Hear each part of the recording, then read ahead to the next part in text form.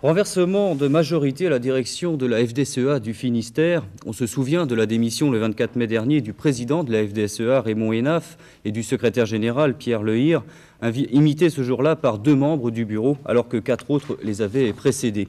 La suite de ces démissions, c'était hier soir à Saint-Ségal, la réunion du conseil d'administration. Les démissionnaires ne se sont pas représentés et c'est le secrétaire général du CDJA, Guillaume Rouet, qui a été élu à la présidence de la FDSEA. Ainsi, 15 ans après avoir été conquise par les progressistes, la FDSEA est reprise en main par les libéraux et au-delà d'eux par la FNSEA de François Guillaume. Le nouveau président de la FDSEA du Finistère a 28 ans. Éleveur de porc à Dirinon, il était déjà secrétaire général du CDJA. On le voit ici appelant à l'action pour libérer son ami Jean-Jacques Rioux, incarcéré après le saccage de la sous-préfecture de Brest. Eh bien, comme vous tous, je suis sûr, on lui tire notre chapeau. Mais on peut aussi lui dire que nous le sortirons de là et à partir de jeudi, changement de ton si on n'a pas obtenu sa libération. Une fois n'est pas coutume, la rentrée des agriculteurs du Finistère se sera déroulée cette année sans incident. À Quimper, ils étaient près de 2000 à avoir répondu à l'appel de la FDSEA, du CDJA et de la Chambre d'agriculture. Avant le défilé organisé dans le centre de la ville, ils devaient entendre leurs responsables syndicaux évoquer les problèmes de l'heure. Thème des interventions, la dégradation sur tous les fronts de la situation. Production bovine, aviculture, légumes, mais surtout la production laitière. Une activité qui concerne la moitié des exploitations du département. Notre appel a pour but d'appuyer les responsables syndicaux qui aujourd'hui négocient avec les pouvoirs publics, que ce soit avec la préfecture, avec le ministère, avec les DDA, sur des points bien précis de l'application, notamment des quotas laitiers et de l'incidence de ces quotas laitiers sur les autres productions. Nous voulons qu'il y ait un transfert de production entre les différentes régions. Car si la Bretagne est excédentaire en lait, il y a d'autres régions de France qui ont des baisses naturelles. Oui, un événement historique également concernant les agriculteurs de la FDSEA du Finistère. Cela faisait 19 ans, en effet, qu'aucun président de la FNSEA n'était venu assister à une de leurs assemblées générales. Explication, l'opposition qui a longtemps régné entre la FNSEA et la FDSEA. Depuis, la tendance favorable à la FNSEA a repris le dessus au sein de la Fédération du Finistère. Par conséquent, François Guillaume était aujourd'hui à Brest pour sceller la réconciliation. Pierre Duclos. Par la volonté de quelques-uns, les responsables que vous avez nouvellement choisis, et avec l'assentiment de la très grande majorité des agriculteurs finistériens, la FDSEA de ce département a choisi, a décidé de retrouver son indépendance, éliminant de sa préoccupation le débat politique qui n'est pas notre débat ici. La présence de François Guillaume à cette tribune symbolisait la reconquête de l'Ouest breton par la FNSEA. Depuis 1969, la Fédération finistérienne jouait les non-alignés.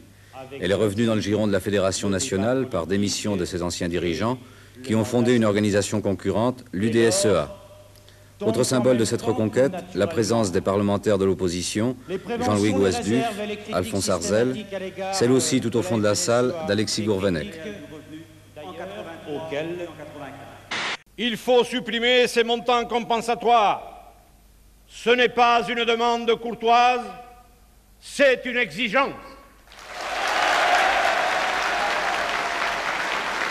Les montants compensatoires, le ministre de l'Agriculture s'est engagé à demander leur démantèlement, mais il faudra négocier. Négocier aussi avec les organisations agricoles et la FNSEA en priorité sur les grands problèmes comme le lait ou la viande en excédent. Négocier également les aides pour améliorer le revenu des paysans. Ministre de la Concertation, s'il y a des mesures délicates à prendre, François Guillaume ne veut pas être seul. Mais il n'a pas non plus voulu repartir sans annoncer quelques mesures concrètes. Dès à présent, je peux vous annoncer qu'en 1986 et pour l'année entière, c'est-à-dire avec effet au 1er janvier, les agriculteurs pourront récupérer à 50% la TVA sur le fioul et les huiles. Un thème au centre de la réunion, l'exportation. L'exposé du rapport d'orientation intitulé « Vers le grand large » a défini les grandes lignes à suivre pour favoriser l'exportation des produits agricoles du Finistère. Un développement qui passe par le renforcement des moyens de communication. Deux revendications vont dans ce sens, lancer une plateforme aérienne internationale de fret à Brest-Guipava et équiper le port brestois pour le trafic maritime. La FDSEA a par ailleurs lancé un cri d'alarme contre tout individualisme. 40% des agriculteurs du Finistère sont aujourd'hui syndiqués, mais la mobilisation est parfois difficile, d'autant qu'il s'agit de se défendre face aux décisions européennes.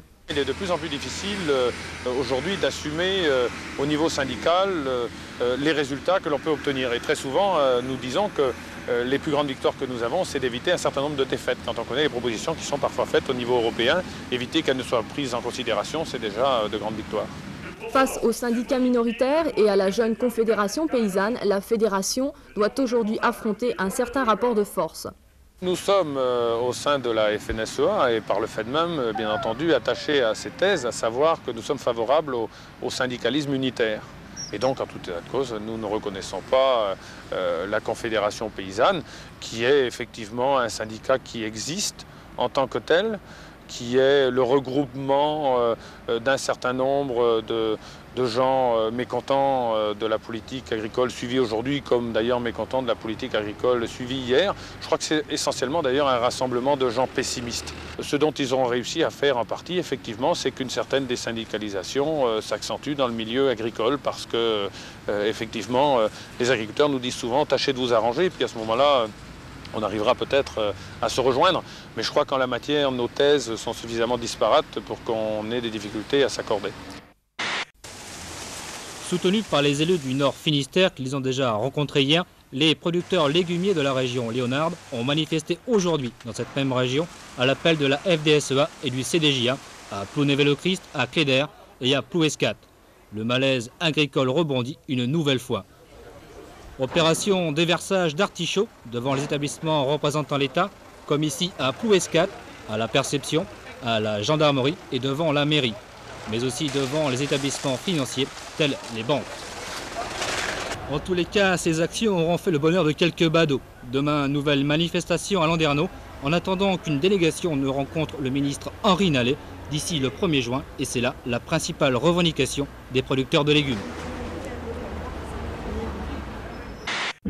Près de 2000 personnes étaient venues dire non au préaccord du GATT cet après-midi à Quimper, à l'invitation du Conseil de l'agriculture finistérienne qui regroupe les syndicats FDSEA et CDJA, les coopératives, la MSA, la Chambre d'agriculture, le Crédit agricole, etc.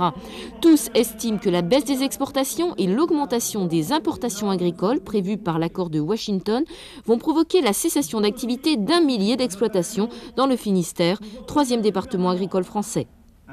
Le Finistère, qui est à la pointe de la Bretagne, qui est de plus en plus éloigné des centres de décision, bien entendu sera le plus touché, parce que notre département et notre région, dont le socle de l'économie est constitué essentiellement de l'agriculture, se trouve aujourd'hui dans une position avec 12% de population active agricole, donc directement liée aux exploitations agricoles, dans une situation complètement désastreuse si ce préaccord au GATT est entériné par nos différents gouvernants.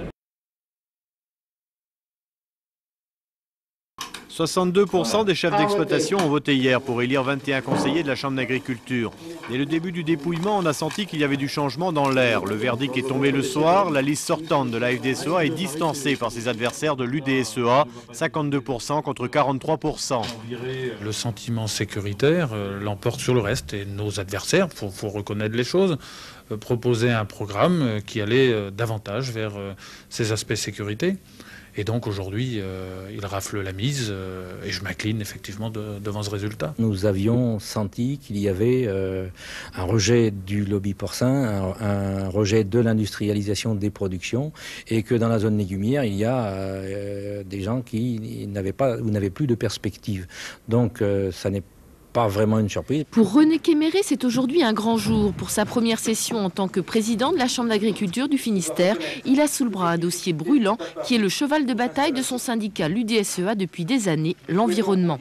Après 1 heure de débat, la délibération de la nouvelle majorité est votée. Elle fixe à 200 hectares maximum la taille des plants d'épandage et limite à 10 km la distance entre le site de production et les zones d'épandage. L'opposition a obtenu que le cas des GAEC soit étudié plus tard. La FDSEA demande aussi que le traitement du lisier, n'entrant pas dans les plans d'épandage, ne soit pas totalement à la charge des producteurs. Je ne vois pas comment on ne pourrait accepter d'avoir des charges au niveau des coûts de production supplémentaires, puisque en la matière, on n'a pas les moyens de revaloriser ces charges supplémentaires sur le prix de nos productions.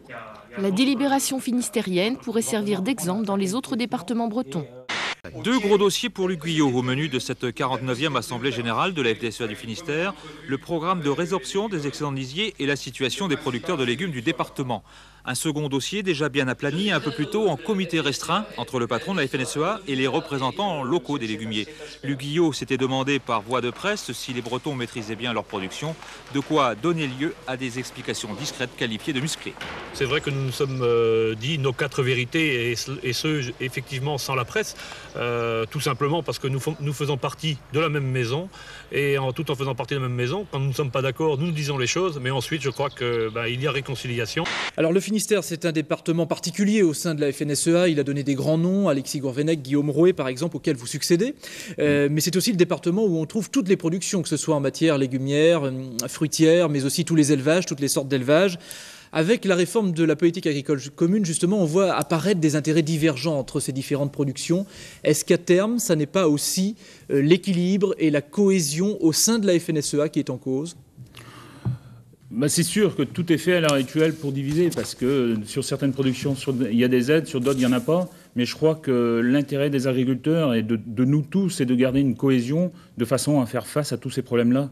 Mais est-ce que c'est possible? Parce qu'il y a vraiment des intérêts totalement divergents. Ah oui, je crois que c'est possible. Mais non, on ne va pas regrouper tout le monde derrière une idée bien précise, mais je crois qu'il faut arriver à tout prix à le faire, parce que plus on sera divisé, et plus on va subir les différentes réglementations qui nous viennent de l'Europe. Après 10 jours de bras de fer, d'actions en tout genre, le conflit des légumiers bretons a pris fin ce soir en Bretagne.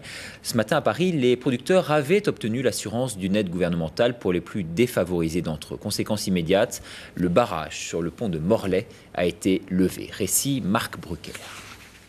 Les premiers camions dégagent le pont de Morlaix. La fin ce soir de la guerre du chou-fleur. Le blocus remonte à mardi dernier. Finalement, les maraîchers ont accepté dans leur ensemble les avancées obtenues par celui qui est devenu leur porte-parole vedette. Maintenant, les pouvoirs publics savent que si demain ou après-demain, il y a encore un certain nombre de problèmes, eh bien la mobilisation légumière du Nord Finistère, des Côtes-d'Armor et d'Ille-et-Vilaine est intacte et ils devront compter encore dessus. Près de 500 maraîchers de la région ont accueilli ce soir avec chaleur Thierry Méret, le négociateur, mais ce ne fut pas toujours l'unanimité. Chiffre en tête, bon, est-ce qu'il est plus près de 50 millions ou de 100 millions de francs, je veux dire, quoi? Je vous demande aujourd'hui, encore une fois, de nous faire confiance. Dans l'après-midi, au ministère, 3 heures de réunion ont débouché sur un accord qui a satisfait les deux parties. Le ministre s'étant engagé à attribuer un recours financier personnalisé à 4000 exploitations touchées par l'effondrement du prix du chou-fleur. Hasard du calendrier, c'est au moment où un ministre finistérien a présenté sa loi d'orientation agricole à Paris que les agriculteurs finistériens, eux aussi, réfléchissaient sur l'avenir de leur profession à l'horizon 2006. Un avenir que l'UDSEA majoritaire dans le département aperçoit du même œil que Louis le Pinsec.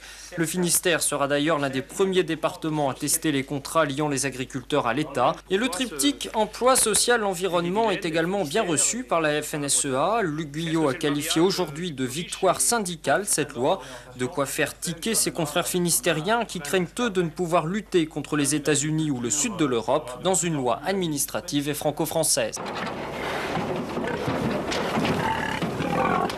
À ce prix-là, c'est 5 francs 18 le kilo. Et pour un éleveur, cela veut dire 4 francs en dessous du seuil de rentabilité. Pas étonnant donc de les voir manifester leur mécontentement dans la rue. Nous avons d'une part une production extrêmement importante en Europe et d'autre part aux États-Unis. Et en même temps, nous avons une crise de débouchés. Je pense que c'est ça le principal problème d'aujourd'hui. C'est-à-dire que nous avons du mal à vendre notre marchandise sur l'extérieur, sur des marchés traditionnels comme l'Asie et la Russie notamment. Frappés par une crise sans précédent, les éleveurs du Grand Ouest se mobilisent chaque jour davantage pour demander des subventions à l'exportation vers la Russie. Une solution qui leur permettrait, disent-ils, d'écouler leur surproduction Plus de 4000 agriculteurs se sont rassemblés hier à Quimper pour les premiers états généraux de l'agriculture du Finistère. Une manifestation en forme de show médiatique avec écran géant, organisée par la FDSEA, histoire de redorer un blason pour le moins terni. Les paysans ont mal, ils sont pas bien dans leur peau. Et je crois que le fait de se retrouver, de montrer qu'on peut se solidariser, regonfle un peu le moral des troupes.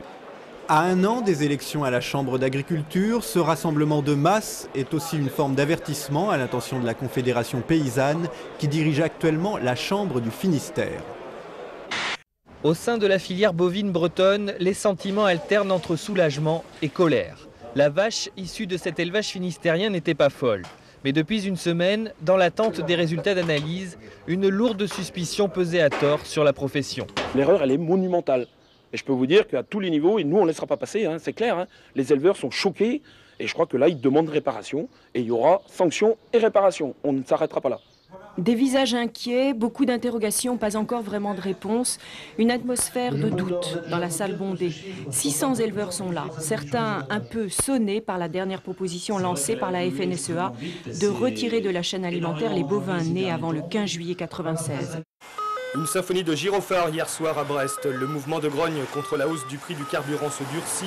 Un impressionnant convoi a convergé vers le port de commerce de Brest où les 3 dépôts pétroliers sont bloqués depuis dimanche.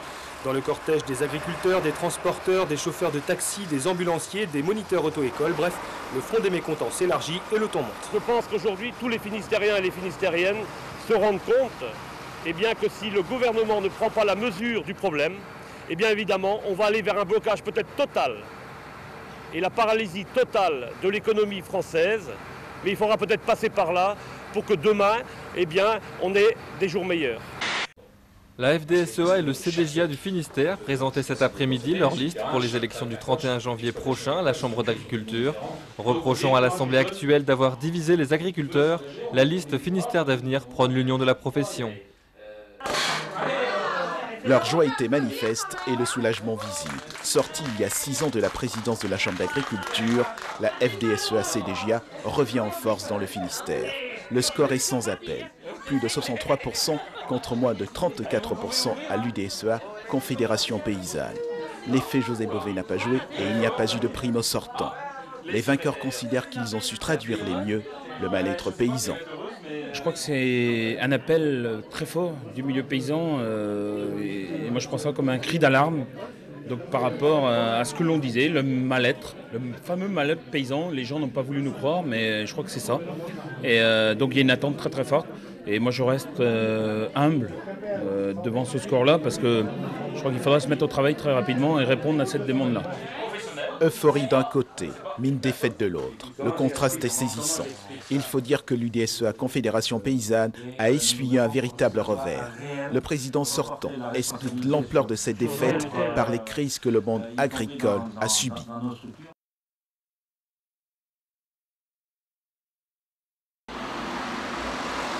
Pas d'écologie sans agriculteurs. Pour faire entendre ce message, les agriculteurs de la FDSEA et du CDJA bloquent depuis ce matin l'accès de 2 centres d'incinération de déchets, celui de Briec et celui du Spernote à Brest. Donc le citoyen génère des déchets. Ces déchets sont traités dans une usine tout simplement. Et nous générons au niveau agricole un certain nombre de déchets également. Et nous souhaitons au travers d'une usine collective, semi-collective, traiter également tous ces déchets et tout simplement honorer la demande qui est formulée par la société, à savoir respecter l'environnement. Les déchets agricoles auxquels il est fait allusion sont les déjections animales, fumier et lisier. Les agriculteurs se disent blessés par les frondes d'opposants à leur projet de traitement de déjection, que ce soit à Milizac, Plouvorne ou Saint-Jean-du-Doigt. La FDSEA, déçue par l'inaction du ministre Hervé Guémard, demande instamment la nomination d'un monsieur Échalote, ainsi que la clarification des règles européennes de production et de commercialisation. Défendre l'appellation échalote, c'est un des dossiers que porte la FDSEA du Finistère depuis des années. Les 800 producteurs de la zone légumière sont victimes de plagiat de l'échalote venant des autres pays de la communauté européenne. Hier, une délégation était reçue au ministère. La France aujourd'hui fait appliquer un arrêté de commercialisation qui empêche aujourd'hui que soit commercialisé en France un oignon sous le nom échalote. Mais ça n'existe qu'en France. Ce que nous demandons, c'est que sur un plan européen, il y ait une définition claire et précise de l'échalote. Parce que demain, autrement, on pourrait nous dire que, un oignon pourrait être vendu comme échalote parce que Bruxelles nous l'aurait imposé. La salle Gledmore à Carhaix était comble hier soir. À l'appel des FDSEA des Côtes-d'Armor, Morbihan et Finistère, les éleveurs créanciers de la Sicamob étaient conviés à une réunion d'information très importante. Chaque agriculteur doit remplir un formulaire de créance et donner personnellement mandat à un avocat pour le représenter dans la procédure. Près de 1500 éleveurs sont concernés. Selon la clause de réserve de propriété, l'éleveur reste propriétaire tant que l'animal vendu n'est pas payé. Mais les acheteurs, marchands de bétail ou abattoirs affirment avoir payé les bêtes achetées. À défaut de transaction, le tribunal pourrait être amené à dire qui devra régler aux éleveurs le prix des bêtes vendues. Je n'ose même pas vous demander. Les visages sont longs, tendus. Thierry Mérette pèse chaque mot. Toute la matinée, il a négocié au ministère de l'Agriculture. Les visages sont longs, tendus. Depuis ce matin, les légumiers sont dans la rue. Paimpol, Saint-Paul, Saint-Malo, toutes les zones sont concernées par la crise. C'est pour marquer que la région malouine va disparaître. Alors on amène tous les panneaux à la préfecture. En Bretagne, 4000 exploitations vivent de la production de légumes, vivent, ou plutôt vivaient. Et quel avenir pour l'économie? 15 000 emplois sont directement liés aux légumes. On peut dire que quasiment 100% de notre chiffre d'affaires, c'est sur le légume breton. Donc si le légume breton venait à disparaître, toutes nos usines avec plusieurs milliers d'emplois vont disparaître aussi.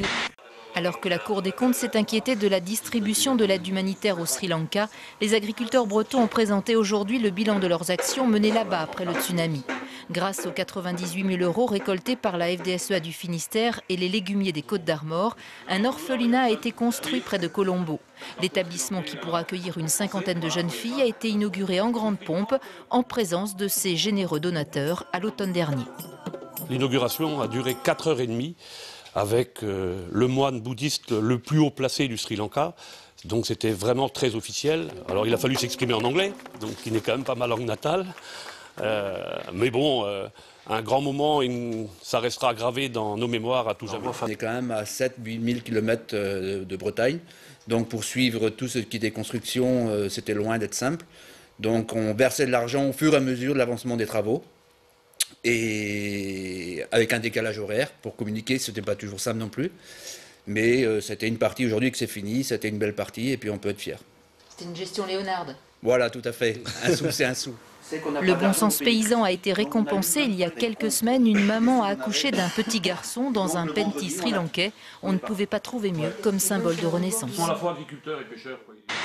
Les Bretons voulaient faire entendre leur voix. Le métro, le salon de l'agriculture ont vu soudain arriver une marée d'éleveurs en colère. Au milieu des vaches et des cochons, banderoles et drapeaux ont surgi et la chorale des bassins versants a repris la chanson.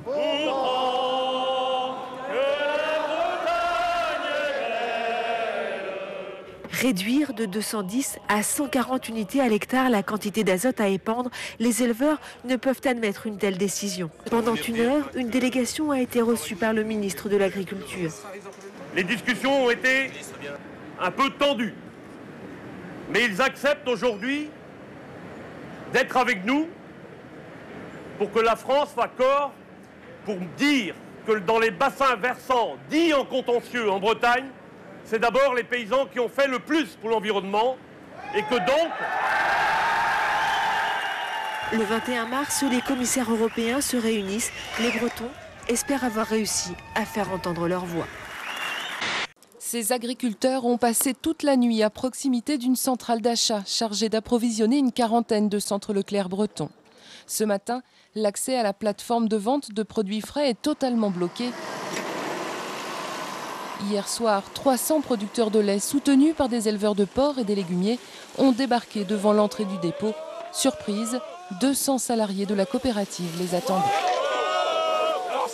On s'est mobilisé pour venir défendre notre outil de travail. On a eu 20 magasins bloqués ces 10 derniers jours, avec des pertes d'exploitation considérables, des impossibilités de faire rentrer nos clients dans les magasins, des pillages de rayons, des distributions de palettes de lait gratuites, etc., etc.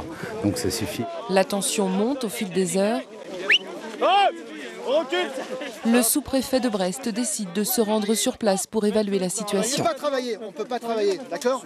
Feux de palettes, déversement de pneus, les producteurs s'en prennent à l'État et à la grande distribution, auquel ils reprochent un manque total de solidarité en cette période de crise. On est en colère par rapport à la loi de modernisation de l'économie qui, au lieu de rééquilibrer les relations entre les fournisseurs et la grande distribution, a produit exactement l'effet inverse. Ce qui fait que la grande distribution peut se permettre d'accaparer toute la marge. Les producteurs veulent maintenir le blocus jusqu'à la signature de nouveaux accords sur le prix du lait. Bonsoir, l'actualité bretonne aujourd'hui était à Paris. Une délégation de la FDSEA et des jeunes agriculteurs du Finistère a été reçue ce matin par Stéphane Le Foll, le ministre de l'Agriculture, en question la répartition des marges à l'intérieur de la filière. Ce que les agriculteurs, notamment les jeunes, ce qu'ils demandent, c'est de vivre du prix de leurs produits. On ne veut pas être des assistés. Certes, il y a des soutiens via la politique agricole commune, mais ce n'est pas cela qui fera que demain, des jeunes voudront s'installer. Les agriculteurs, ce sont des chefs d'entreprise, ce ne sont pas des fonctionnaires de l'agriculture. On ne s'installe pas pour vivre de primes. On veut un juste prix pour le travail produit. Cette entrevue fait suite aux nombreuses manifestations d'agriculteurs qui ont secoué le Finistère ces dernières semaines, et notamment quand la FDSEA est venue déposer lundi dernier des croix symbolisant la mort de l'agriculture devant le domicile breton de Stéphane Le Foll. À l'issue de cet entretien, le ministre s'est engagé à venir les voir sur le terrain, et cela avant le 15 avril. C'était déjà le 3e rassemblement sous le portique écotaxe de Pont-de-Buis. Ce jour-là, des centaines de bonnets ont été distribués aux manifestants. Un symbole est né. Au milieu des pneus brûlés et des fumées de bombes lacrymogènes, le syndicaliste agricole Thierry Meret harangue la foule. Un an après, Thierry Meret explique fièrement que le seul portique encore debout dans le Finistère est cette sculpture dans son salon. Le portique n'était qu'un symbole de désarroi. C'était l'impôt de trop de ceux qui entreprennent. C'est ça la cause commune qu'il y a eu entre les chefs d'entreprise, qu'ils soient paysans ou autres, et les salariés. Le collectif Vivre, Décider et Travailler en Bretagne appelle à manifester à Quimper une semaine plus tard. Entre-temps, le portique de Pont-de-Buis a été démonté. 15 à 30 000 personnes défilent alors dans un cortège hétérogène. J'aimerais que cela change, qu'on écoute le terrain et qu'on ne décide pas tout de Paris. Mais d'abord, ce sont des rendez-vous judiciaires qui attendent le mouvement. Jeudi à Brest, ce sont 7 prévenus qui comparaîtront pour la destruction du portique écotaxe de Guiclan en août 2013. Une action fondatrice, même si le bonnet rouge n'était pas encore à la mode.